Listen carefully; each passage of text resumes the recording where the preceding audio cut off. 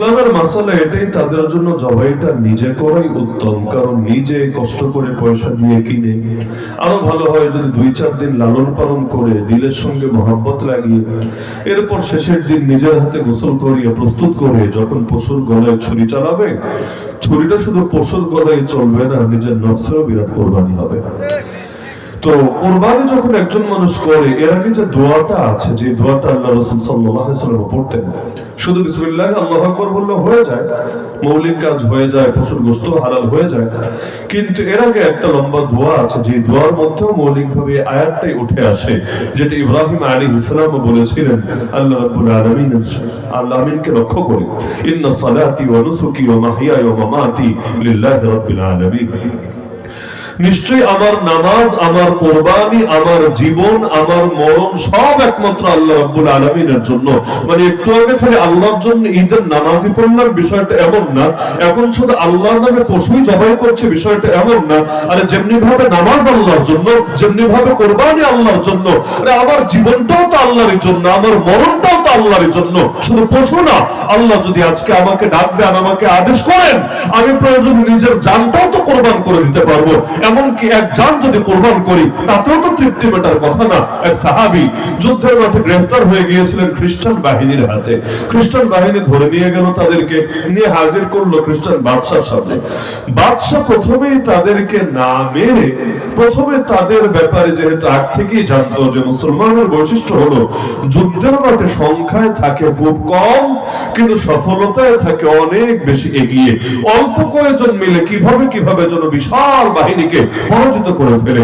এজন্য বাদশার আগ থেকে একটু দুর্বলতা ছিল। বাদশা সে মুসলমানদের সেনাপতিকে বলল, শোনো, আমি তোমাকে মেরে ফেলতে চাচ্ছি না, মারলে তো শেষ হয়ে গেল। আমি তোমাকে মারতে চাচ্ছি না, বরং আমি এটা চাচ্ছি তুমি আমার ধর্মে চলে আসো, খ্রিস্ট ধর্ম গ্রহণ করে নাও।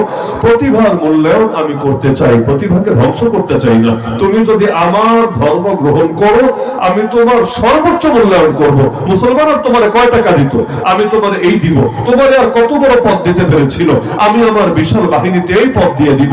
এভাবে বিভিন্ন লোক, বিভিন্ন অফার, বিভিন্ন প্রলোভন দিতে লাগলো। সেই সাহাবী এক বাক্যে বললেন, শোনেন বাদশাহ, আমরা সেই জাতি যারা জান দিতে জানি কিন্তু ঈমান দিতে জানি না। এক পর্যায়ে বাদশা শুরু করলো জুলুম নির্যাতন। যখন দেখলো লোভে কাজ হয় না, অপশন তো দুইটা, হার জামানায় দুইটা, শুধু নবীদের ক্ষেত্রে না, শুধু সাহাবীদের ক্ষেত্রে না, এই জামানায় প্রত্যেকটা হকপন্থীকে দুদিন আগে বা পরে এই পরিস্থিতিতেই তার পড়া লাগে, হয়তো তাকে লোভ দেখিয়ে তার ঈমানকে কিনে নিতে চায় পয়সার বিনিময়ে।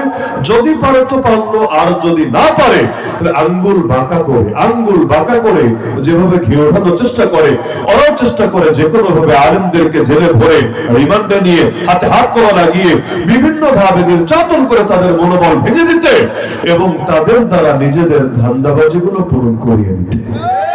কারণ আলেমরা যাদের পাশে থাকে তাদের জন্য তো সবকিছুই যায় সহজ হয়। এজন্য ফেরাউন পর্যন্ত দেখেন চাইলে নবী মুসারে এমনি মারতে পারত। নবী মুসা দুনিয়াতে আসার আগেই তো তার মৃত্যুদণ্ডের রায় দিয়ে রেখেছিল। এক মুসাকে মারার জন্য কত নিষ্পাপ ছেলে সন্তানকে হত্যা করা হলো।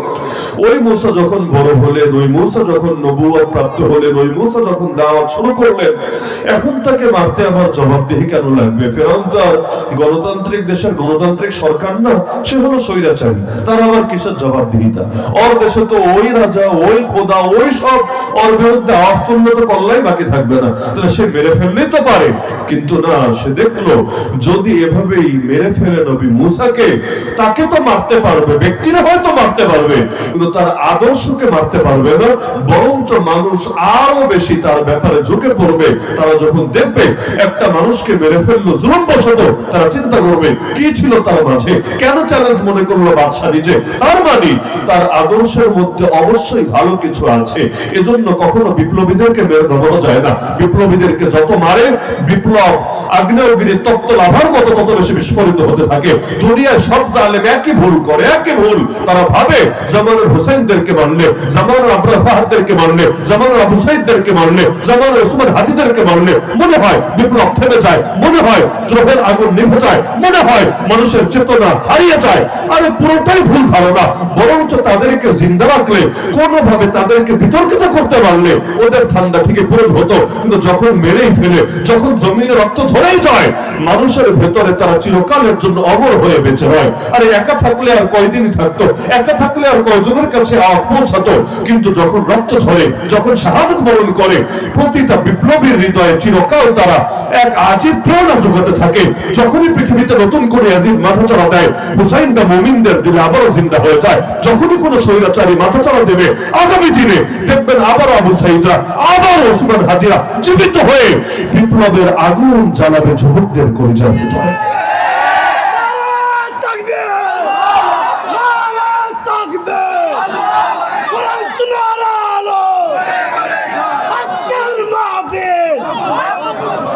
এজন্য ফেরাউনও ডাইরেক্ট মারলো না, বরঞ্চ সে চাইলো আগে নবী মুসাকে বিতর্কিত করতে হবে, সমালোচিত বানাতে হবে, মানুষের আস্থা নষ্ট করতে হবে, মানুষ যাতে তাকে আর ভালো না বরং ভণ্ড বলে ট্রিট করে ব্যবস্থা করতে হবে। কিভাবে করা যায়? সে তার বাহিনীকে বলে দিল, ইতুনি বিকুল্লি সাহারিন আলিম, প্রত্যেক শহরে গিয়ে সবচাইতে বড় জাদুঘর, যারা খালি জাদুঘরই না, আলিম, সবচাইতে বড় জ্ঞানী, সবচাইতে বড় জ্ঞানী, এরকম জ্ঞানী গুণী বুদ্ধিজীবী জাদুঘরদেরকে এনে আমার কাছে একত্রিত করো। আপনি বলবেন এত কিছু থাকতে জাদুকর কেন? এক এক যুগে এক এক জ্ঞানের মার্কেট ভালো থাকে, সব যুগে সবকিছু সবার মার্কেট থাকে না, কোন লাইনেই না। ট্রেন্ড এটা ডিফারেন্ট হতে থাকে। এই সময়ে যেটা সবচাইতে বেশি ট্রেন্ডিং এ, দুদিন পর দেখবেন এটার প্রতি কারো ঝোঁকি নেই। আবার যেমন ধরেন করোনার সময় মানুষ প্রচুর বইপত্র পড়তো, ঘরে বসে ছিল, কি আর করবে, বইপত্র বিক্রি ওই সময় ভালোই বেড়ে গিয়েছিল। করোনার আগে চলতো, করোনার সময়ও চলতো, কিন্তু করোনা শেষে এখন বইপত্র তেমন চলে না। প্রকাশকদের সাথে দেখা হলে তারা আফসোস করে যে হুজুর বাংলাদেশের প্রকাশনী সেক্টর, বিশেষ করে ধর্মীয় অঙ্গনের প্রকাশনী সেক্টর মনে হয় ধীরে ধীরে মাঠে বসবে। কেন? এখন আর মানুষের কন্টেন্ট দেখে, ভিডিও কন্টেন্টের বাজার রমরমা, এটা এখন ট্রেন্ডে আছে, কিন্তু বই পড়ার রুচি নাই। বই পড়বে কষ্ট হবে, এখন অডিও বুক পাচ্ছে, ভিডিও পাচ্ছে, কত কিছু পাচ্ছে।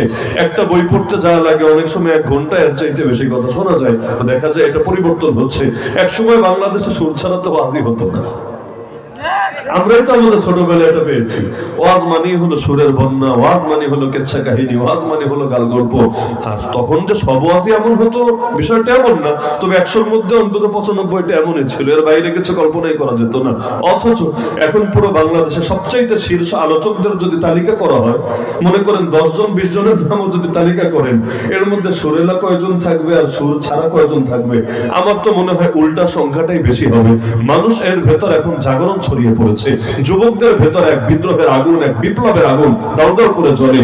তারা এখন ওই আজিব আজিব কেচ্ছা কাহিনীর প্রতি আকৃষ্ট কম, বরং দালিলিক আলোচনা, জ্ঞানগর্ভ আলোচনা, নিজেদের যুক্তির খোরাক, নিজেদের বুদ্ধির খোরাক এবং আগামী দিনের বিপ্লবী চেতনার খোরাক, এগুলোর দিকে কিন্তু বেশি ঝুঁকে পড়ছে। এক এক সময় যুগ চাহিদা এক এক রকম হয়। তো এখন যেমন বিজ্ঞানের মার্কেট বেশ উপরে আছে, ভালো বিজ্ঞানীদের অনেক দাম, যারা বিভিন্ন ভাষা জানে তাদের অনেক দাম। ফেরাউনের জামানায় জাদুবিদ্যা যারা জানতো তাদের ছিল বড় দাম। ওই যে বললাম সব জামানায় সব জ্ঞানের কদর থাকে না। একসময় ফিলোসফির কদর ছিল। ফিলোসফি বুঝেন? দর্শন শাস্ত্র, গ্রিক ফিলোসফি, ইসলামী ফিলোসফি, এগুলোর ব্যাপক রমরমা অবস্থা ছিল।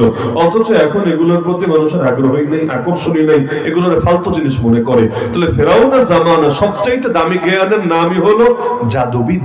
জাদুবিদ্যা, এই বিদ্যায় যে যত বড় পণ্ডিত, সে হলো ওই জামানার মুরগি চোরা, সে হলো ওই জামানার এই টাইপের বড় বড় বুদ্ধিজীবী আর কি, যাদের মার্কেট চাঙ্গা, যাদেরকে টকশোতে ডাকে, যাদের কথা সবাই শোনে। তখন তো টকশো ছিল না, বোঝার সাথে বলছি। তো ফেরাউন এই বড় বড় জ্ঞানীদেরকে আনলো কেন? নবী মুসাকে হারাবে বলে। ও জানে ও নিজেকে খোদা দাবি করলে ওর যোগ্যতা নাই, নবী মুসার সঙ্গে টক্কর লাগবে। অবস্থা দেখেন, নিজেরা দাবি করে খোদা, কিন্তু নিজে নবী মুসার সঙ্গে লাগবে, এই সাহস আর হয় না। জাদুঘর ভাড়া করে আনলো। জাদুঘররা বললো মাগনা সার্ভিস আমরা দেই না, আমরা যদি জিতি কি দিবা আগে ক্লিয়ার করো। জাদুঘররা বললো জিতলে কি দিবা? ফেরাউন চিন্তা করলো যেহেতু তার উপর ছেড়েছে, কি বলবে? ও তো রাজা না, ও তো নিজেরা দাবি করে খোদা, ও কি বলতে না কি বলে ফেলবে। লাস্টে এটা ওর শানমত হবে নাকি শানের চাইতে নিচে হবে? ও বললো থাক, একটা জিনিসই দিব তোদের, আর দ্বিতীয় কিছু না। একটা জিনিস, সেটা হলো ইন্নাকুম ইযাল লামিনাল মুকাররাবিন, তোদেরকে আমার কাছের মানুষ বানায় রাখবো, আমার সাথে ডাইরেক্ট কানেকশন থাকবে তোদের, কোথাও কোনো বিপদে আটকাবি না, কোনো কিছুর কোনো ঝামেলা হবে না। যখন কখন যে সমস্যায় পড়বি আমি আছি, আমার একদম কাছের মানুষ ভিভিআইপি হিতে তোর অন্তর্ভুক্ত হয়ে থাকবি। জাদুঘররা বলল খুশি, আর কিচ্ছু লাগবে না, কারণ টাকা পয়সা দিলে দুদিন পর খেয়ে সব ফুরাবে, কিন্তু বাদশার সঙ্গে ডাইরেক্ট কানেকশন যদি হয় আর কি লাগবে।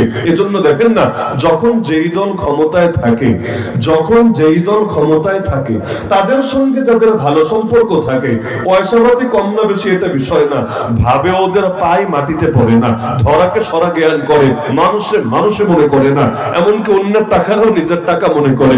এজন্য যেখানে যেভাবে ভাগ বসানো যায় সেভাবে ভাগ বসানো ধান্দা করতে থাকে। কেন?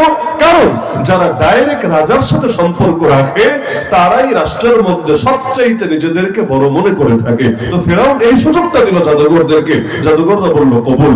এরপরের ঘটনা তো সবাই জানেন, নবী মুসার সঙ্গে পারে নাই, কিন্তু এই যে ফেরাউন চেষ্টা করেছে, এখান থেকে প্রমাণিত হয় হার জামান আর হার ফেরাউন এই পথে চলবে। ওরা জামানার জ্ঞানী গুণীদেরকে নিজেদের ফেভারে রাখার চেষ্টা করবে, যাতে মানুষদেরকে ধোঁকা দিয়ে বোকা বানানো যায়, যাতে নবীর ওয়ারিসদেরকে বিতর্কিত করা যায়। এজন্য দেখবেন প্রত্যেক ভণ্ডের দরবারেও কিছু পকেট মৌলবী আছে। কেন? ওদের মৌলবী পালার দরকার কি? এমন এমন ভণ্ড যাদের অনেকে আল্লাহকে গালি দেয়, আম্মাজান আয়েশাকে নিয়ে কটূক্তি করে, আল্লাহ রাসূলের সামনে বিভিন্ন খারাপ খারাপ মন্তব্য করে, ওদের আশপাশেও দেখবেন লাখ লাখ টাকা দিয়া বিভিন্ন ভণ্ড মৌলবী পালে। কেন পালে? এজন্যই পালে যাতে করে হকপন্থী আলেম ওলামারা ফতোয়া দিলে এদেরকে দিয়ে কাউন্টার দিতে পারে এবং এদেরকে দিয়ে জনগণকে ধোঁকা দিয়ে বোকা বানাতে পারে। এজন্য যারা ইসলাম মানে না, ইসলামী শরিয়ার উপর ঈমান রাখে না, ইসলামী শরিয়াকে জীবনের সব ক্ষেত্রে অনুসরণীয় মনে করে না, ওরাও ঝুটা খাইয়ে কিছু মৌলবীরে নিজেদের ফেভার রাখার চেষ্টা করে, যাতে করে ওদের কুফুরকে তারা মানুষের সামনে রং লাগিয়ে ইসলাম হিসেবে উপস্থাপন করতে পারে, ওদের ভণ্ডামিকে তারা মানুষের সামনে বিভিন্ন লেভেল লাগিয়ে জিন্দা রাখতে পারে। যদি এই ভণ্ড মৌলবীগুলো ওদের ফেভারে না থাকতো, তাহলে অন্তত মুসলমান দেশে কুফরি মতবাদ নিয়ে কেউ এই দেশে রাষ্ট্র পরিচালনার সাহায্য করতো না, এমনকি রাষ্ট্র পরিচালনা যাওয়ার স্বপ্ন কোনদিন দেখতে পারত না। কুফর নিয়ে মানুষের ঘর চলবে কিভাবে? আপনারা কি কুফর চান না ইসলাম চান? বাংলাদেশে যত মানুষ আছে যারা ঠিকভাবে নামাজ রোজাও করে না, এইরকম মানুষগুলোকেও যদি জিজ্ঞেস করেন তোমরা ইসলাম চাও না কুফর চাও, সবাই বলবে ইসলামের প্রশ্নে কোনো আপোষ নেই। আমার ব্যক্তিগত আমলের ত্রুটি থাকতে পারে, কোনো আপোষ নাই। তাহলে কুফরকে তো কেউই চায় না, তাহলে রাজনৈতিক মতবাদে কুফর কিভাবে ঢুকে, সংবিধানে পর্যন্ত কুফর কিভাবে ঢুকে, আইন কানুনে কুফর কিভাবে ঢুকে, বিচার আচারে কুফর কিভাবে ঢুকে? ঢুকেছে নাকি ঢোকে নাই? ঢুকলোটা কিভাবে? তার মানে এগুলোকে নরমালাইজ করা হয়েছে, বিভিন্ন ভাবে জাতির সহনীয় বানানো হয়েছে। এই কাজ আমাদের মতো কিছু লোকেরাও মাঝে মাঝে করে থাকে। এজন্য দেখবেন একটা ধর্মের নাম আছে দ্বীন এলাহি, নাম শুনেছেন? নাম শোনেন নাই? দ্বীন এলাহি। সম্রাট আকবর একটা ধর্ম বানিয়েছিল, ধর্মটা 1 চামচ ইসলাম 2 চামচ হিন্দু ধর্ম, তিনটা মিলে একটা শরবত আর কি, বা একটা খিচুড়ির প্যাকেজ। 1 চামচ ইসলাম 2 চামচ হিন্দু ধর্ম, আর ওর মন মতো কিছু মতবাদ তো আছে, সব মিলে একটা ধর্ম বানিয়েছিল। কিন্তু মজার বিষয় হলো ও নিজে এমন একটা গন্ডমূর্খ, ধর্ম বানাতে যে যোগ্যতা লাগে ওইটা ওর ছিল না। ও না পড়েছে মাদ্রাসায়, না পড়েছে স্কুলে, মানে না আছে ধর্মীয় জ্ঞান, না আছে জাগতিক জ্ঞান। একটা ধর্ম বানাতে চাইলো, জ্ঞান লাগে নাকি লাগে না? এটা পেরেছিল কিভাবে? কারণ ওর দরবারে 2টা মৌলবী ছিল, একটার নাম আবুল ফজল আর একটার নাম ফয়েজি। তাদের সাহায্য নিয়ে সে এটা বানিয়ে জনগণের উপর চাপিয়ে দিতে পেরেছিল। গোলাম মোহাম্মদ কাদিয়ানির নাম শুনেছেন? কাদিয়ানির নাম তো সবাই শুনেছেন, কিন্তু কাদিয়ানি ওর নিজেরও এত বেশি জ্ঞান ছিল না যে আলাদা একটা বিশাল মতবাদ বানাবে, হাজার হাজার বইপত্র লিখে ফেলবে, এমনকি সবকিছু তার একার জ্ঞানের ঠেলায় করবে না। এত বড় জ্ঞানী ও ছিল না, বরঞ্চ ওকেও যে জ্ঞান দিয়ে সাপোর্ট দিয়েছিল তার নাম মির্জা আব্দুল হাকিম। ওই হাকিম বেটা তার জ্ঞান দিয়ে ওকে এমন ভাবে সমর্থন জুগিয়েছে, এমন ভাবে শক্তিশালী করেছে, দিন শেষে ক্রেডিট হয়েছে তার, কিন্তু মূলত অবস্থানটা করেছে সে। এজন্য হার জামানায় আলেমদেরকে, জ্ঞানীদেরকে পক্ষে রেখে জালেমরা তাদের জুলুম চালানোর চেষ্টা করে। এই কারণে দেখবেন যত সরকারি ক্ষমতায় আসুক, কিছু বুদ্ধিজীবী, কিছু জ্ঞানীদেরকে টাকা পয়সা দিয়ে পালে নাকি পালে না? এই যে জঙ্গি ট্যাগ দিয়ে কত কত মানুষকে অন্যায়ভাবে হত্যা করা হলো, রাজাকার ট্যাগ দিয়ে কত মানুষকে অন্যায়ভাবে হত্যা করা হলো। মানে অনেকের দমানোর জন্য জাস্ট ট্যাগ আর কি, বাস্তবে কিছু থাক না থাক, মনে চেয়েছে ক্রস ফায়ার দিয়ে মেরেছে, বলবে জঙ্গি মেরেছে জঙ্গি, এক শব্দ শুনলেই পাবলিক আর কোনো রাগ দেখাবে না। এটা সম্ভব হয়েছিল কিভাবে? সম্ভব হয়েছে কারণ কিছু জ্ঞানী, কিছু মিডিয়া কর্মী, কিছু বুদ্ধিজীবী দীর্ঘদিন ধরে ধরে মানুষের ব্রেন ওয়াশ করেছে, তাদেরকে বুঝিয়েছে দাড়ি টুপি মানিয়ে জঙ্গি, তাদেরকে বুঝিয়েছে রাজাকার মানেই হলো মায়ের গায়ের মধ্যে একটা সুন্নতি জামা থাকবে আর মুখের মধ্যে দাড়ি থাকবে আর ইসলামী একটা ভাইব থাকবে, বাস এই রূপে যারা থাকবে ওরাই রাজাকার। দাড়ি ছাড়া কোনো রাজাকার নাই, প্যান্ট শার্ট পরা কোনো রাজাকার নাই। রাজাকার মানেই হলো ইসলামের লেবাস থাকা রাজাকার, এবং জঙ্গি মানে হলো ওই হুজুর টাইপের, এবং মাথায় পাগড়ি আছে, মুখের মধ্যে দাড়ি আছে, গায়ের মধ্যে জামা আছে, জিহাদের কথা মুখে বলছে, বাস এরাই জঙ্গি। এই টাইপের একটা জিনিস মানুষকে বুঝিয়েছে নাকি বোঝায় নাই? ওরা বুঝিয়েছে বলেই সরকারের জুলুম সহজ হয়েছে। এই মিডিয়াগুলো যদি ফাইজলামি না করতো, এই বুদ্ধিজীবীরা যদি ফাইজলামি না করতো, সরকার জীবনেও জুলুম করার সুযোগ পেত না। ওরা রাস্তা খুলে দেয় আর ওরা হলো বাকি কাজটা গিয়ে সারে। মূল কাজ করে এরা, মূল কাজ করে এরা। এজন্য দুঃখের বিষয় কি জানেন, রাজনৈতিক জালেমদেরকে তো দেশ ছাড়া করা যায়, কিন্তু তাদের জুলুমকে যারা দীর্ঘকাল বৈধতা দিয়ে এসেছে, যারা মানুষের মগজ ধরে করেছে, যারা জুলুমের পক্ষে দালালি করেছে, ওদেরকে সহজে খুঁজেও বের করা যায় না, সহজে দেশ ছাড়াও করা যায় না। এগুলো মুহূর্তে মুহূর্তে মুখোশ পাল্টাইয়া সারাটা বছর দেশের মধ্যে গন্ডগোল লাগায়। এখনো পর্যন্ত ওরা আছে নাকি নাই? আছে নাকি নাই? অতীতে যেমন ওরা কারো পক্ষে দালালি করেছে, আগামী দিনেও দেখবেন বিভিন্ন বাহিরের শক্তির পক্ষে দালালি করবে। যতকাল পর্যন্ত এরা থাকবে ইসলাম আর মুসলমানদের বিরুদ্ধে ষড়যন্ত্র চক্রান্ত করতেই থাকবে, করতেই থাকবে, করতেই থাকবে। এজন্য সাপের মাথা যতদিন আঘাতপ্রাপ্ত না হয়, লেজ আর পেট এগুলো যতই আঘাতপ্রাপ্ত হোক, লাভের লাভ কিছুই হয় না। তো বলছিলাম, হার জামানায় চেষ্টা করে ওরা কাঁটা দিয়ে কাঁটা তুলতে, একজনকে দিয়ে আরেকজনকে দমানোর চেষ্টা করতে। তো আল্লাহ তাআলা নবী ইব্রাহিম আলাইহিস সালাম প্রসঙ্গে জানায় দিচ্ছেন যে ইব্রাহিম আলাইহিস সালাম বলেছিলেন, আমার নামাজ আল্লাহর জন্য, আমার কুরবানি আল্লাহর জন্য, খালি তা না, আমার জীবন আল্লাহর জন্য, আমার মরণ আল্লাহর জন্য। মুসলমান আল্লাহর জন্য মরলেও মরে হাসি মুখে, মুসলমান বাঁচলেও যতদিন বাঁচে আল্লাহর জন্যই কাজ করতে পারাকে নিজের জন্য গর্বের বিষয় মনে করে। মনে আছে তো ওই সাহাবীর কথা, খ্রিস্টানদের হাতে যিনি গ্রেফতার হলেন। তো প্রথমে লোভ দেখালো, কাজ হলো না, এরপর জুলুম করলো, তাতেও কাজ হলো না। এক পর্যায়ে বাদশা বলল, থাক, এগুলোর দিয়ে আর হবে না, এগুলোরে মেরে ফেলো। কিভাবে মারা যায়? বাদশা তার জল্লাদদেরকে বলল, আগুন জ্বালাও, আগুনের উপরে ড্যাগ চড়াও, ড্যাগের উপরে তেল ঢালো, সেই তেলগুলো টকবক করে ফুটাতে থাকো। যখন তেলগুলো টকবক করে ফুটতে শুরু করলো, বাদশা বলল, এবার সেনাপতিকে পরে অন্য যে সৈনিকরা আছে তাদেরকে একজন একজন করে নিয়ে সেই টকবক করতে থাকা তেলের মধ্যে নিক্ষেপ করো। তাহলে ড্যাগের মধ্যে তেল টকবক করে ফুটছে, এর ভেতর যদি একজন জিন্দা মানুষকে ছাড়া হয়, দৃশ্য কতটা ভয়ঙ্কর হবে চিন্তা করে। চিৎকার এবং আর্তনাদ কতটা ভয়ঙ্কর, কতটা গগন বিদারী হবে চিন্তা করেন। এভাবে সেই সেনাপতি সাহাবীর সামনে তার দুইজন মর্দে মুজাহিদ সাথীকে একের পর এক সেই ড্যাগের মধ্যে ছাড়া হলো। চোখের সামনে তারা সেখানে শাহাদাত বরণ করলো। এবার তার পালা তাকে ধীরে ধীরে নিয়ে যাওয়া হলো। যখন ড্যাগের সামনে তিনি গেলেন, বাদশা হঠাৎ খেয়াল করলো সেই সেনাপতি সাহাবীর চোখ বেয়ে বেয়ে পানি গড়িয়ে পড়ছে, মানে কাঁদছেন তিনি, চোখ বেয়ে বেয়ে অশ্রু গড়িয়ে পড়ছে। বাদশা অবাক, একটু অবাকই হলো, কারণ এত মাইটের দিয়েও তারা কোনোভাবে গলাতে পারলো না, এত লোভ দেখিয়েও তারা কোনোভাবে নিজের ফেভারে আনতে পারলো না। আর এখন এভাবে হঠাৎ কান্নাকাটি করার কি কারণ? তো বাদশা তাকে বলেই ফেললো, আরে শোন, কান্নাকাটি করিস না, কান্নার কোনো দরকার নেই, এখনো সময় আছে। তুই যদি এখনো খ্রিস্টান হয়ে যাস, মুহাম্মাদের ধর্ম ত্যাগ করে আমাদের ধর্মে চলে আসিস, আমি তোকে আগে যা যা অফার দিয়েছি সব পাবি। আমি তোকে ঠকাতে চাই না, আমি তোকে মারতেও চাই না, কারণ প্রতিভার মূল্যায়ন আমি বুঝি, আমি অবমূল্যায়ন করতে চাই না। সুতরাং এখনো সময় আছে, খ্রিস্টান হয়ে যা, ইসলাম ত্যাগ করে ফেল। সেই সাহাবী এবার আর চুপ থাকতে পারলেন না, উত্তেজিত হয়ে গেলেন, ঈমানের বলে বলিয়ান হয়ে বলে, আরে জালেম, তুই ভেবেছিসটা কি? তুই কি ভেবেছিস আমি মৃত্যুর ভয়ে কাঁদছি? আল্লাহর কসম করে বলি, মুসলমান মৃত্যুর ভয়ে কাঁদে না, কাঁদতে পারে না। আমি তো শুধুমাত্র এজন্য কাঁদছি, একটা মাত্র প্রাণ, একটা মাত্র জান আল্লাহর পথে উৎসর্গ করছি। এত সামান্য পুঁজি নিয়ে হাসরের ময়দানে দাঁড়াবো কোন মুখে? আল্লাহ কি আমার অতীতের সমস্ত পাপ মাফ করবে? আল্লাহ কি আমার জীবনের সমস্ত গুনাহ ক্ষমা করবে? এত কম পুঁজি নিয়ে কিভাবে দাঁড়াবো রব্বুল আলামিনের সামনে?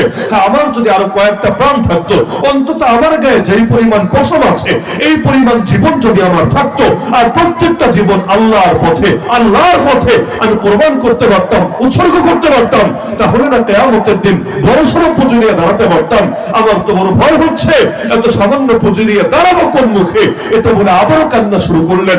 বাদশা বুঝলো, আরে যেই জাতি মৃত্যুর ভয়কে কোনো জয় করেছে তা না, যেই জাতি মৃত্যুকে উপভোগ করতে শিখেছে, এক জীবন দিয়েও যাদের তৃপ্তি মেটে না, বারবার জীবন দেওয়ার স্বপ্ন যারা দেখে, এদেরকে মেরে থামানো যাবে না, এদেরকে হত্যা করে নামানো যাবে না। বাদশাহ বক্তা জল্লাদদেরকে বললো, থাক, এরে মাইরো না, মেরে মেরে এদের কিচ্ছু করা যাবে না, ওরা ছেড়ে দাও। কারণ ওর যে ঈমান আমি দেখেছি, ওর যে ভক্তি শ্রদ্ধা আমি দেখেছি রবের উপর, এটাতে কিছুতেই পৃথিবীর কোনো কিছু দিয়ে টলানো সম্ভব না, যার কারণে মেরে লাভ নাই, ছেড়ে দাও। আমিও তার সামনে নিজেকে অসহায় মনে করছি। ঈমানের পাওয়ার দেখেন। আরে মুসলমান তো মুসলমান, মানুষ তো মানুষ। এক সাহাবী বলেন, একদিন আল্লাহ নবী সাল্লাল্লাহু আলাইহি ওয়াসাল্লাম নিজ হাতে কোরবানি দিচ্ছিলেন, উট কোরবানি। উট তো জবাই করে না, নহর করে, দাঁড়ানো থাকে। ওই একটা ছুরি নিয়ে গলার মাঝখানে একটা আঘাত করে, ধীরে ধীরে রক্ত বেরিয়ে নিস্তেজ হয়ে যায়। তো উট, অনেকগুলো উট সিরিয়ালে বাঁধা, নবীজি সবগুলো নিজ হাতে কোরবানি করবেন। যখন উটগুলো আনার পর্ব শুরু হলো, একটা উট খোলা হলো, সেই সাহাবী বলেন, আমি অবাক হয়ে তাকিয়ে দেখলাম সবগুলো উট এমন ভাবে প্রতিযোগিতা শুরু করলো, কার আগে কে নবীর হাতে কোরবানি হবে, কার আগে কে ছুটে আসবে, এটার জন্য রীতিমতো যেন প্রতিযোগিতা শুরু হলো। তারা এমন ভাবে ছুটতে শুরু করলো, রশি পর্যন্ত যেন আটকাতে পারছিল না, মনে হচ্ছিল রশির বাঁধন ছিঁড়ে কার আগে কে নবীর হাতে কোরবানি হবে, এজন্য ছুটে আসার জন্য পাগল পাড়া হয়ে গিয়েছিল। তাহলে ভাবতে পারেন, উট সেও নবীর হাতে কোরবান হওয়ার, তার মরণটাও নবীর হাতে হবে, আল্লাহর নামে হবে, আল্লাহর জন্য হবে। এর জন্য কি পরিমাণ আগ্রহ তাদের ভেতরে। কোলের বাচ্চা নিয়ে পর্যন্ত হাজির এক নারী নবীজির কাছে, ইয়া রাসূলুল্লাহ, যুদ্ধে যাচ্ছেন, যান, আমার বাচ্চাটাকে অন্তত নিয়ে যান। নবীজি অবাক, আরে কি বলে এটা? এই কোলের বাচ্চা যুদ্ধে নিয়ে কি হবে? যুদ্ধ কি কোনো ছেলে খেলা? নবীজি অবাক।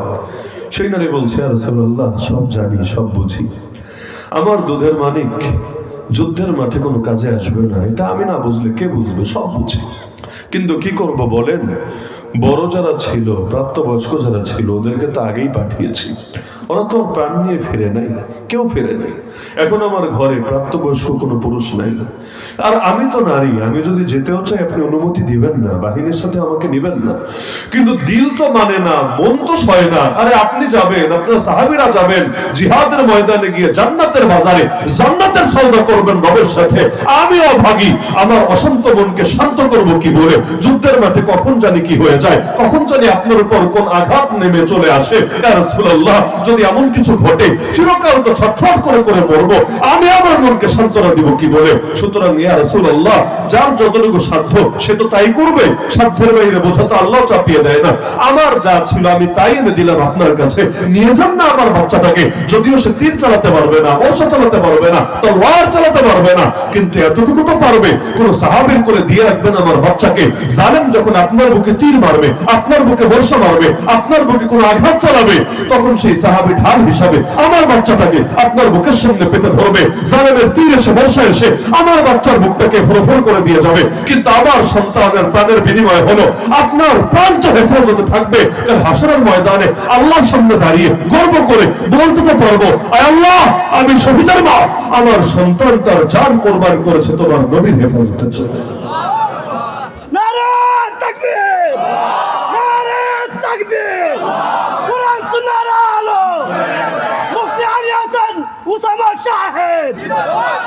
আপনি ইমানের লেভেলটা চিন্তা করেন, আল্লাহর জন্য কোনো কিছু করতে পারাকে কি পরিমাণ তারা দাবি মনে করতেন। এমন সাহাবীও ছিলেন, যখন শহীদ হচ্ছিলেন এক হাতে চেহারা থেকে রক্ত মুছছিলেন, বুখারীতে আছে, সাহাবী আনাস বিন নাযর রাদিয়াল্লাহু আনহু এক হাতে চেহারা থেকে রক্ত মুছছিলেন, আর মুখ দিয়ে চিৎকার করে বলছিলেন, ফুজতু ওয়া রাব্বিল কাবা, ফুজতু ওয়া রাব্বিল কাবা, কাবার রবের কসম, জীবন আমার কাজে লেগে গেছে। কাবার রবের কসম, আমি সফলতা অর্জন করে ফেলেছি আমার জীবনে। কিসের সফলতা? মরে যাচ্ছেন, কিসের সফলতা? এই যে মরতে পারছেন আল্লাহর জন্য, এটারই মনে করছেন সফলতা। মুসলমান রাখেন, খাজা আবু তালেবের নাম তো সবাই শুনেছেন, শোনেন নাই? আবু তালেব আল্লাহ নবীর আপন চাচা, যদিও অমুসলিম, যদিও মুশরিক, শেষ সময় পর্যন্ত আর ঈমান আনতে পারে নাই। যদিও কেন আনতে পারে নাই, কারণটা খুব সিম্পল। সেটা হলো হক চিনতো না তা না, হক বুঝতো না তা না, সব চিনতো, সব বুঝতো, তার চাইতে ভালো কে চিনবে? আমরা তো নবীকে চিনেছি বাবা মার মুখ থেকে শুনে শুনে, আমরা তো নবীকে চিনেছি হুজুরদের মুখে, দায়ীদের মুখে শুনে শুনে, আমরা তো নবীকে চিনেছি বইয়ের পাতায় পড়ে পড়ে, আমরা তো নবীকে চিনেছি কোরআন তেলাওয়াত করে করে। কিন্তু আবু তালেব তো নবীকে চিনেছে শৈশব থেকে নিজের চোখে দেখে দেখে। নবীর মতো ইমানদার, নবীর মতো আমলদার, নবীর মতো আখলাকওয়ালা, নবীর মতো আদর্শবান, নবীর মতো সচ্চরিত্রবান, নবীর মতো সত্যবাদী, নবীর মতো কোন গুণী পৃথিবীতে কেউ কোনোদিন ছিলই না, কোনোদিন হবেও না। এত মহান ব্যক্তিকে যে নিজের হাতে মানুষ করেছে, ছোটবেলা থেকে ফেলে ফেলে বড় করেছে, সে নবীরে চিনবে না তো চিনবেটাকে? এমনকি কম তো করে নাই নবীর জন্য। আমার মতো হাজার হুজুর ইসলামের জন্য যা করেছে, নবীর জন্য যা করেছে, এক আবু তালেব অমুসলিম হয়েও আমার নবীর জন্য এর চাইতে হাজার গুণ বেশি কিছু করেছে। কি করেছে আমরা নবীর জন্য? কি করেছে? এত মানুষ আমরা এই দেশে এখনো পর্যন্ত নবীর শরীয়তটাই কায়েম করতে পারিনি এই দেশে। এত মানুষ আমরা এই দেশে এখনো পর্যন্ত মাজলুমদের চোখের পানি মুছে দিতে পারিনি এই দেশে। আরে এক হুসাইনকে নিয়ে আমরা কান্না করি, পৃথিবীর কত প্রান্তরে কত মানুষকে হুসাইনের ভাগ্য বরণ করতে হচ্ছে। এক সুমাইয়াকে নিয়ে আফসোস করি, আজকের দুনিয়া ডক্টর আফিয়া সিদ্দিকার মতো কত নারীকে সেই সুমাইয়ার পরিণতি বরণ করতে হচ্ছে। আর ওই জামানা শিশুদেরকে নিয়ে আমরা কান্না করি, পৃথিবীর কত মাজলুম জনপদে শিশুরা এর চাইতে কঠিন দিন কাটাচ্ছে। এমনকি ফিলিস্তিনের অসহায়দের দিকে তাকান, আরাকানের অসহায়দের দিকে তাকান, কাশ্মীরের মাজলুমদের দিকে তাকান, মালি সোমালিয়ার মুসলমানদের দিকে তাকান, এভাবে পৃথিবীর অধিকাংশ জায়গায় তাকান। আরে এত মাজলুম আছে যে পৃথিবীতে, ওই পৃথিবীতে এত মুসলমান নিজেদেরকে নিয়ে গর্ব করে কোন মুখে? এত রাষ্ট্র, এত বাহিনী, এত যুবক, এত শক্তি, কিন্তু মুসলমানের দুর্দিনে যদি কাজে না আসে কিভাবে এত গর্ব দিয়ে? এমনকি আল্লাহরে গালি দেওয়া হয়, নবীরে গালি দেওয়া হয়, কোরআনকে অপমান করা হয়, আলেমদেরকে নিয়ে জেলে ভরে রাখা হয়। এরপরও যদি আমরা গর্ব করি এত মুসলমান সংখ্যা এত বেশি, আরে আমাদের তো গর্ব না করে লজ্জা করা উচিত ছিল। নিজেদের আত্মপরিচয় নিয়ে লজ্জা পাওয়া দরকার ছিল। কারণ যে সময় মুসলমান 313 ছিল তখনও তো মাথা নোয়াই নাই বাতিলের সামনে, আর এখন 200 কোটি ছাড়িয়েছি। কিভাবে গোলামে বরণ করে নিলাম পৃথিবীর কাফেরদের সামনে। প্রফেসর নাজমুদ্দিন আরবাকারের একটা কথা আমার সবসময় মনে পড়ে, আল্লাহ তাআলা তার কবরকে নূরে নূরান্বিত করুন। ওই তুরস্কে বসেই বলেছিলেন, কত কাল আগে, মরেই তো গেলেন সে কত কাল আগে, বলে গিয়েছিলেন যে এখন তো মুসলমান দোয়া করে, আল্লাহ আবাবিল পাঠাও, আবাবিল পাঠিয়ে তুমি আমাদের প্রথম কেবলা মুক্ত করে দাও, আমাদের মাজলুম জনতাকে স্বাধীন করে দাও। তিনি দুঃখ করে বলেছিলেন, আল্লাহ যদি আজকে আবাবিল পাঠানো, যদি পাঠানো, আবাবিলের সে ঢিলটা, কঙ্করটা ওদের উপরে মারবে না, আমাদের উপরে সবার আগে মারবে। তিনি বলেছিলেন কেন? কারণ যে পৃথিবীতে 200 কোটি মুসলমান থাকে, এরা যদি নিজেদেরকে অসহায় বলে, এরা যদি দুর্বল বলে, এরা যদি নিজেদেরকে নিরীহ বলে, তাহলে ওদেরকে আবাবিল দিয়ে পিটায় সাইজ করা দরকার। এই জাতি কোনোদিন সোজা হয়ে দাঁড়াতে পারবে না। আরে ভাই, শারীরিক দুর্বলতা কাটানো যায়, তো মানসিক দুর্বলতা সহজে কাটানো যায় না। ভেতরে ভেতরে যদি পঙ্গু হয়ে যায়, চেতনাই যদি পঙ্গু হয়, শরীর দিয়ে কি কাজ হয়? মুসলমান পৃথিবীতে যত ময়দানে বিজয়ী হয়েছে, শরীরের শক্তি দিয়ে কয় জায়গায় পেরেছে? এই ভেতরের বল, ইমানি চেতনা, কালবের মনোবল দিয়ে তাকাতে পেরেছে। এই যে বিগত সময়ে যে জুলাই আন্দোলন হলো, আর্মির সাথে মোকাবিলার কি যোগ্যতা আপনার আছে? পুলিশের গুলির সামনে বুক পাতার কি যোগ্যতা আপনার আছে? গুলি কয় লাখ আছে, আর আপনার বুক কয়টা আছে? হিসাব করলে তো ওইখানে মাঠে নামার কথা না। হিসাব করে যদি হিসাব নিকাশ করে বিজয়ের হিসাব করে, মাঠে তো নামার কথা না। কারণ যাদের সামনে আলেম ওলামার জীবনও কিছু না, যাদের সামনে বয়স্ক মুরব্বীদের জীবনও কিছু না, যাদের সামনে ছোট বাচ্চার জীবনও কিছু না, আরে যারা স্বার্থের জন্য নিজের দলের লোকরাও মারতে পারে, তার সামনে বুক পেতে আপনি দাঁড়াবেন কিভাবে? কিন্তু এটা তখনই সম্ভব হয়েছে যখন চিন্তা করেছে কপালে যা আছে তা হবে, আমাকে শেষ পর্যন্ত আমার লড়াই চালিয়ে যেতে হবে, বাস আমার কাজ লড়াই করা, বিজয়ের মালিক একমাত্র আল্লাহ। এটা ভেবে যখন নেমেছে, আলহামদুলিল্লাহ, আল্লাহ কিন্তু ঠিকই বিজয় দান করেছে। তাহলে হার জামানে তো দরকার তো এটাই। তো ভেতরের কাপুরুষতা যদি থাকে এটা সাধারণত আসলেই বড় যায়। তো দুনিয়ার বুকে মুসলমান তো আসলে দুর্বল না, মুসলমান তো আসলে সংখ্যায় কমও না, সবই ঠিক আছে। এমনও মজার বিষয় কি জানেন, এই যে দুনিয়ার বুকে যে খেলাফত নাই, আছে নাকি? খেলাফত যে নাই, এই যে খেলাফত নাই এর সবচাইতে বড় বাধা কিন্তু আমরা। বলবেন কিভাবে? খেলাফত মানে কি? খেলাফত মানে তো এটা যে দুনিয়ার সমস্ত মুসলমানরা কেন্দ্রীয় একজনকে নিজেদের নেতা মেনে নিবে, ব্যাস, আর কিছু না। কিন্তু এমন একজনকে নেতা মানবে যিনি তাদের সকলের অভিভাবক হবেন, সকলের মধ্যে শরিয়ত জীবিত রাখবেন, সকলের মধ্যে ইনসাফ প্রতিষ্ঠা করবেন, যখন যেখানে প্রয়োজন তাকে সাহায্যের হাত বাড়িয়ে দিবেন। এটাই তো। তাহলে দুনিয়াতে অন্তত মুসলমানদের 57টা দেশ আছে নাকি নাই? প্রতিটা দেশে সরকার বাহিনী আছে নাকি নাই? এই এরাও যদি সকলে ঐক্যবদ্ধ হতো যে আমরা সকলে দুইটা পয়েন্টে একমত। এক নম্বর, আমরা মুসলিম দেশ, আমাদের শাসন চলবে আল্লাহর আদর্শ দিয়ে, নবীর আদর্শ দিয়ে, ইউরোপ আমেরিকার আদর্শ দিয়ে না, কাফের মুশরিকদের আদর্শ দিয়ে না। দুই নম্বরে, আমরা যেহেতু ছড়ানো ছিটানো, যে কোনো সময় আমাদের স্বাধীনতার উপর, সার্বভৌমত্বের উপর আঘাত আসতে পারে। সব জায়গায় কিছু দুশমন পেতে আছে, আমাদের পাশেও যেমন একটা আছে, পৃথিবীর বহু অঞ্চলে এরকম বহুটা আছে। তা আমরা আলাদা আলাদা ভাবে দুর্বল, সবাই দুর্বল, কিন্তু সবাই যদি এক হয়ে যায়, সবাই যদি এক হয়ে যায়, তখন কিন্তু আমরা দুর্বল না, তখন আমরা অনেক সবল। দুনিয়াতে ইসরায়েল ইহুদি আছে 1 কোটি, দুনিয়ায় মুসলমান আছে 200 কোটি। 1 কোটি বেশি না 200 কোটি বেশি? 200 কোটি যদি 1 কোটির বিরুদ্ধে নামে, 1 কোটি কয়দিন মোকাবেলা করতে পারবে বলেন আমাকে? কিন্তু 200 কোটিতে এক হতেই পারে না। এই কারণে তো যদি চিন্তা করে, ওই ইউরোপ যেভাবে এক আছে, ন্যাটো আছে না, ন্যাটো সবাই মিলে বাহিনী বানায় নিছে, সবাই মিলে, যে আমাদের যখন যার লাগবে ওরা সবার জন্য কাজ করবে। তো মুসলমান যদি সবাই মিলে এরকম কেন্দ্রীয় একজনকে নেতা মেনে নিত, সবাই মিলে একটা বাহিনী বানায় নিত, পৃথিবীতে খেলাফত কায়েম করতে আর কি লাগতো? আর কি লাগতো? কিচ্ছু না। এমনকি ইসরায়েল চিন্তা করতো, ইন্ডিয়া চিন্তা করতো, সমস্ত অপশক্তি চিন্তা করতো। আর কোন একটা মুসলিম কান্ট্রির দিকে যদি গেলে হাত বাড়াই, সবাই মিলে ধরে হাত ভেঙে দিবে। যদি জবান বাড়াই, জিহ্বা টেনে ছিঁড়ে ফেলবে। যদি তাদের নবীরা নিয়ে কোনো ক্রিটিসাইজ করি, জানিয়ে মেরে ফেলবে। যদি মা বোনের ইজ্জত নিয়ে ছিঁড়ে মেরে খেলি, পৃথিবী ছাড়া করে ছাড়বে। যদি কোনো মসজিদ ভাঙতে চাই, আমাদেরকে ভেঙে চৌনো বিচৌনো করে দিবে। এরকম যদি তারা বুঝতে পারতো, কোনদিন আর কোন মুসলিম দেশের দিকে চোখ বাঁকা করে তাকানোর সাহস হতো না। আমাদের খেলাফত কায়েমে বাধা আমরা, আমাদের শরীয়ত কায়েমে বাধা আমরা। বাংলাদেশে যে পরিমাণ মুসলমান আছে, এই দেশে শরীয়তের শাসন হতে বাধা কোথায়? বুঝেন আমাকে? নির্বাচন আসলে তো সবাই আল্লাহর ওলি, নির্বাচন আসলে তো সবাই হাসান বসরি, সবাই তো ওয়াদা দেয় কোরআন সুন্নাহ মেনে দেশ চালাবো, সবাই ওয়াদা দেয় মদিনা শরীয়ত মেনে দেশ চালাবো, সবাই ওয়াদা দেয় আমরা আগামী দিনে ইসলাম বিরোধী কোনো আইন করবো না। বলে নাকি বলে না? আরে বলে নাকি বলে না? যদি সবাই এত আল্লাহ প্রেমিক হয়, নবী প্রেমিক হয়, কোরআন প্রেমিক হয়, ইসলাম প্রেমিক হয়, তাহলে শরীয়তের শাসন কেন কায়েম হয় না? আরে শরীয়তের শাসন বাদ দেন, স্বাধীনতার 55 বছরে এসেও এখনো স্লোগান দিতে হয় নবীর পরে নবী নাই, সংসদে আইন চাই। এখনো চাইতে হবে? আর কতকাল চাইতে হবে? আর কতকাল? 55 বছরে চলে আসলাম, আর কতকাল? কত সরকার এলো আর গেল, আমার নবীর ইজ্জত রক্ষায় সবাইকে ব্যর্থ হতে হলো। এত সফলতা, এত ক্রেডিট, এত কৃতিত্ব, এই করেছি সেই করেছে, এরা রাখো। দুনিয়ার কি করেছে বড় বড়, আগে এটা বল আমার নবীর ইজ্জত রক্ষায়, আমার নবীর খাতমে নবুয়ত রক্ষায় এই ভণ্ড কাদিয়ানীদের দমনে কি অবদান রেখেছো পারলে বলো। কে বলতে পারবে? কে বলতে পারবে? অথচ নির্বাচন আসলে মনে হবে এক একটা হাসান বসরে দুনিয়া নিয়ে এসেছে। এমনকি ওয়াদাটাও দিতে রাজি না। এখনো তো দেশে রাজনৈতিক কোন সরকার নাই, আছে? আছে?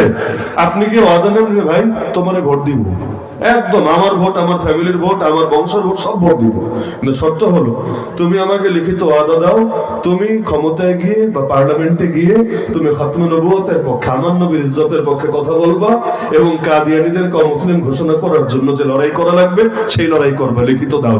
দেখবেন মুখ দেওয়ার কথাই আসে না। বিশ্বাস হয় না? তখন বলবে না না এটা আসলে আইনের ভাষা না, না এটা করতে গেলে আমেরিকা একটু কষ্ট পাবে, ব্রিটেন একটু মন খারাপ করবে, জাতিসংঘ একটু খেপে যেতে পারে, তখন যদি আমাদের থেকে সাপোর্ট উঠায় নেয় লাস্টে ঝামেলা হবে। এই ভণ্ডামিগুলো করে নাকি করে না? আজীব এক অবস্থায় এত মুসলমান যেই দেশে থাকে ওই দেশে হুজুরদের এখনো গলা ফাটানো লাগে যে শরীয়তের আইন, শরীয়তের আইন। আরে শরীয়তের আইন মানে কার আইন? শরীয়তের আইন মানে কার আইন? আর শরীয়ত মানে খালি চোরের হাত কাটে না, শরীয়ত মানে খালি কেউ ব্যভিচার করলে পাথর মাইরা মাইরা ফেলা না। আরে ওইটা তো বড় ক্ষুদ্র একটা অংশ।